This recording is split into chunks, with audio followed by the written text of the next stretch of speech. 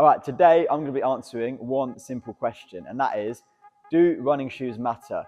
Does it matter if I buy this, or if I buy this, or if I even wear something that's not a running shoe at all? Quick spoiler, don't wear these. Okay, so there's a few factors we need to consider here when we're talking about do running shoes actually matter. Now, I'm going to do a bit of a demonstration to you now on why sometimes you might choose running shoes for the wrong reasons.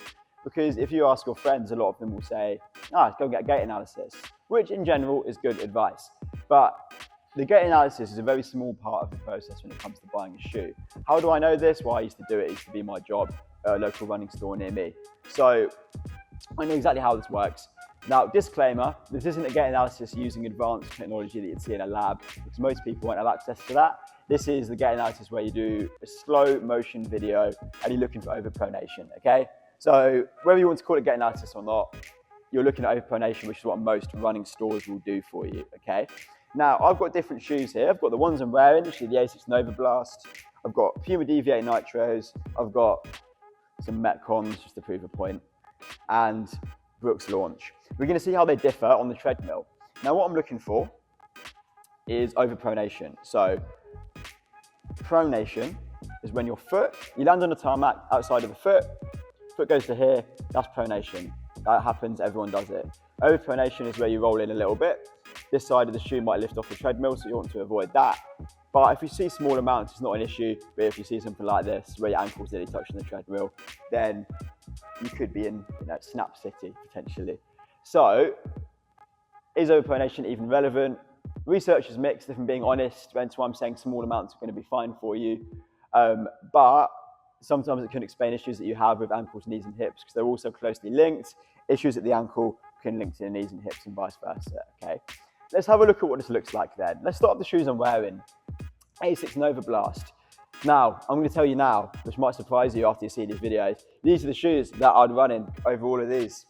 Now, as you can see, when my foot lands on the treadmill, I roll in a little bit. If I go to a freeze frame, when you're looking at shoes, a lot of them have a little tab at the back here. Now, you want that to be pointing relatively straight. As you can see, back of my Asics shoe, pointing in a little bit. So there is some overpronation on there. Doesn't surprise me. It's just the way I've ran. It's the way it happens to me all my life. Does that mean that I'm bad at running? No, so don't let anyone tell you that, okay? I'm actually a relatively decent runner. I very rarely get injured because I'm sensible with my training load, etc. That's the biggest reason you avoid injury. Now, we've looked at the Asics. As you can see, these are my favorite, but I overpronate. Let's go to the other extreme. Metcons, these aren't even running shoes, okay? When I was running in these, I felt like I had planks of wood on my feet. Let's see how these look. Now, as you can see, there's barely any overpronation here. So if we're just using this video, these are better, right? Well, no, they're not, because I did a 600-meter run in these at the end of a workout once, and I got shin splints because there's no cushioning in here at all.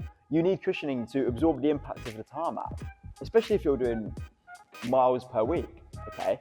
So if I'm not looking at the video, then is it useless? Well, no, because you can see that if the shoe looks horrendous, then obviously we don't want to be doing it. If my ankle's really touching the treadmill, I don't want to be using that shoe. But equally, I'm never going to pick Metcons because the cushioning's not there. They're just not running shoes, so why would I pick them? So I'm just going to throw them away right now. Now, let's look at a carbon plated shoe. These are the Puma Deviates I mentioned. Now, as you can see, looking at this shoe, not too bad at all, okay? And you'd be surprised because the foam's quite soft. There's less support in theory because it's a racing shoe. But the carbon plate can mean there's a bit of rigidity in there. And there you go. Doesn't look too bad. But again, if it's a daily trainer, I'm not going to use this because the lifespan of carbon plated shoes is usually lower. So again, the video is a little bit misleading. These are out as well. Which leaves us with two shoes. You've got the Brooks Launch and you've got the Asics that I wore in the first video that you saw. Now, as you can see, the Brooks Launch look really good. It's just a neutral shoe. In theory, I need support, but then this neutral shoe's doing just fine for me. So don't be told that you either need support or you don't. It's another myth. It's definitely not the case at all. So these look good. So neutral shoe, same classification as the Asics. Right, these are the best shoe for me, right? Well, no, because I frankly don't find these as comfortable as I do the Asics. I prefer slightly softer cushioning. It doesn't cause me any injury issues, and that's fine. So this just goes to show that when you're factoring in things when you're buying a running shoe, Yes, you can take advice from a gait analysis, but it's not gospel. The shoe needs to be comfortable. The shoe needs to fit well. If I'm not allowing thumbs width between my toe and the end of the shoe, it's not going to work. You might get some rubbing. If there's a bit of slippage at the back, you might get blisters. If you wear shit running socks, again, you might get blisters, okay? Think about all these factors when you're buying your running shoe. Preferably not just how they look, even though it is a factor, I admit. But I just want people to, they really focus on the wrong things all the time. And they're like, if I get a gait analysis, my running will be sorted. No, because if you're still a newbie to running and you go from running 10K a week to 50K a week the next week, it's not going to work. You're going to get injured, because the reason people get injured is when there's a new stimulus, more volume that their body can't deal with, okay?